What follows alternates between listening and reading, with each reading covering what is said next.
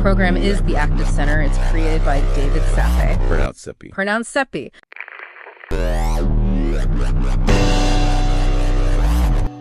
All right, let's talk about two words you hear thrown around all the time, socialism and communism, right? And a lot of the time, they're used like they're the exact same thing, but they're not even close. So in the next few minutes, we're going to get to the bottom of this and really untangle these two powerful ideas once and for all. So yeah, what is the real difference? And look, this isn't just some dusty old textbook debate. It is absolutely key to understanding what's going on in the world today, when you're scrolling through the news. By the time we're done here, you're going to have a super clear way to think about what they are, and more importantly, why the difference between them matters so much. Okay, to really get a grip on this, we've got to go back in time. Way back. Picture this. It's the 19th century, the Industrial Revolution is in full swing. You've got these huge, smoky factories popping up everywhere. It was right there, in that moment, that both of these ideas were forged in the very same intellectual fire.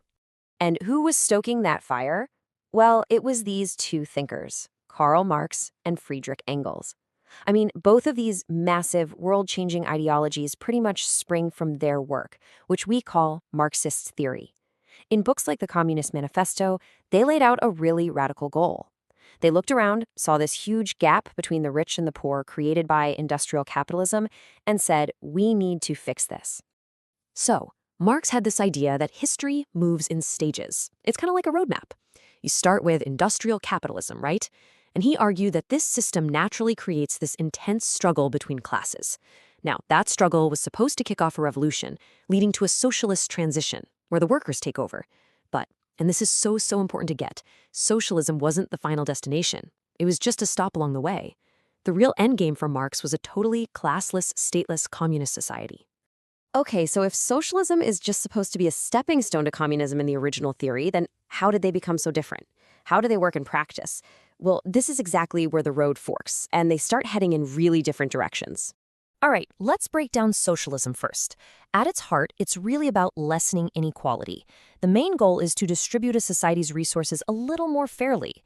The analogy I like is this. If you think of capitalism as a race where some folks get a massive head start, socialism is all about trying to make that starting line a bit more even for everybody. Communism, on the other hand, it wants to get rid of the race entirely. It's a much more absolute, much more radical philosophy. It's not just about lessening inequality, it's aiming for total equality. And the way it proposes to do that is extreme. Get rid of all private property. Everything is owned by the community, together. And this table just lays out the differences so clearly. I mean, let's just go down the list. Private property? Under socialism, yes, citizens can own it. Under communism? Nope, it's gone. How about how change happens? Well, socialism often aims for democratic reforms, working within the system. Classical communism, it calls for a violent revolution. That's a huge one. And control. Socialism says the working class is in charge. Communism says it's a centralized government. Even how you get paid is different. Socialism is based on your contribution, what you do. Communism is based on what you need. I mean, you can see it's a fundamental split on almost every single point. This leads us to another really big point of difference, democracy. What does power to the people actually look like in these systems? Because it's way different from the kind of democracy we're probably used to hearing about in capitalist countries. So, socialist theory is often all about a really direct form of democracy. Some people call it true democracy. And the idea isn't that you just elect someone to go make decisions for you. No, it's about the working class having power directly, making decisions themselves through things like worker councils or Soviets. The whole focus shifts to economic democracy. You get a say in how your workplace is run. That's a world away from the representative democracy common in capitalism, which is more focused on political equality, one person, one vote. And it tends to keep politics and the economy in separate boxes.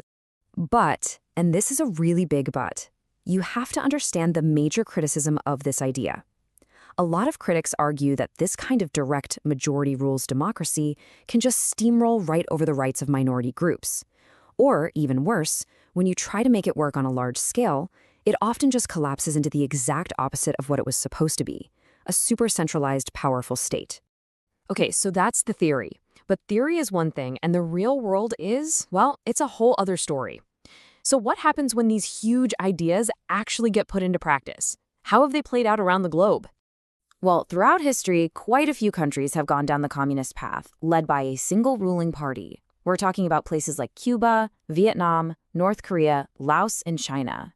Now, of course, every one of these countries has its own incredibly complex story, but they all share that core feature of centralized control over both the economy and politics. But wait, there's another really interesting example that always comes up in these discussions: the Nordic model. This isn't pure anything, really. It's a hybrid system. You see it in places like Scandinavia. What they've done is they've blended a capitalist, market-based economy with really strong socialist values. Things like huge social safety nets and top-notch public services for everyone. And this is really all about a balancing act, right? It's about trade-offs. The benefits of the Nordic model are pretty amazing: great social safety, really strong property rights, and super low corruption. The cost? Well, you're going to pay some seriously high personal taxes to fund it all.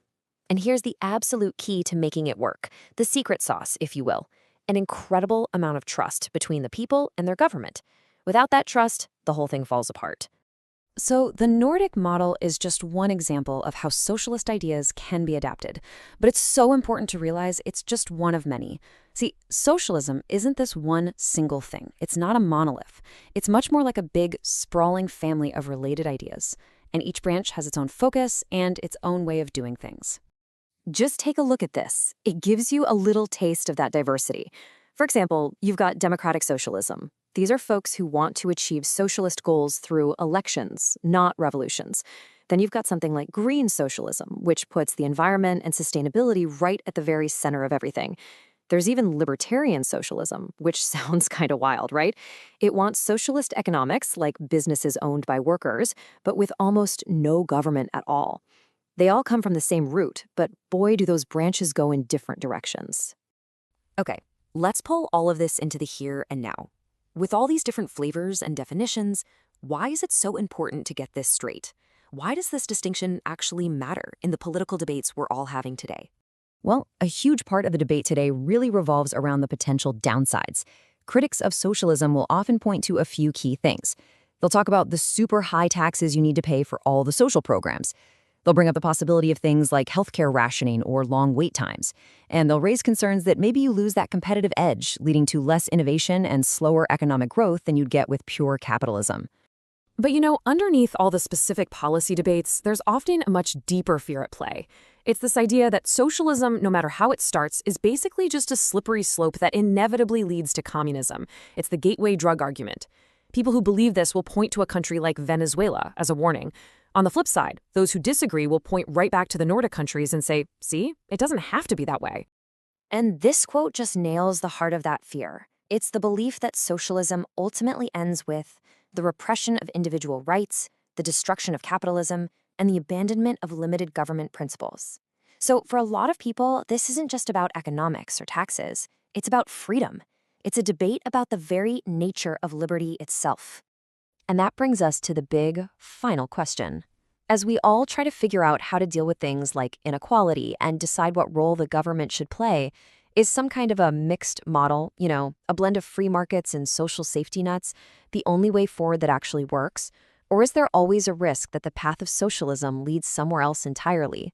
That right there is the question at the very heart of this entire debate.